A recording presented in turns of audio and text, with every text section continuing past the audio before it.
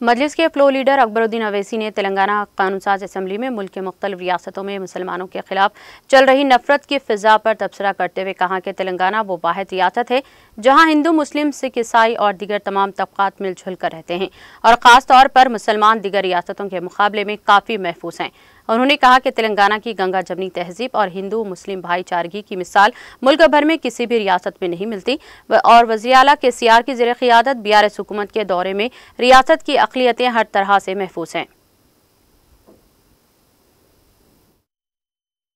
मुल्क के दस्तूर को बचाना है, मुल्क के सेकुलरिज्म को बचाना है। आज हमारा दस्तूर खतरे में है, आज हमारा मुल्क खतरे में है इनकी नफरत की सियासत की वजह से। इस मुल्क पर टोपी पहनने वाले का भी उतना ही हक है जितना माथे पे तिलक लगाने वाले का है।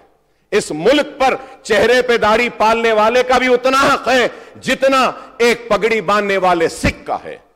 कोई भी इस मुल्क में दूसरे दर्जे का शहरी नहीं है, लेकिन मुझे अफसोस के साथ कहना पड़ता है कि हिंदुस्तान में आज मुसलमान अपने आप को गैर महफूज महसूस कर रहा है और मुसलमान को दूसरे दर्जे की शहरी की नजर से देखा जा रहा है। लेकिन रियासत तेलंगाना में मुसलमान महफूज है और दूसरे दर्जे का शहरी नहीं है। मुसलमान बराबर का वो हक रखता है जो रियासत तेलंगाना में एक हिंदू और दूसरे मजहब से ताल्लुक रखने वाला रखता है।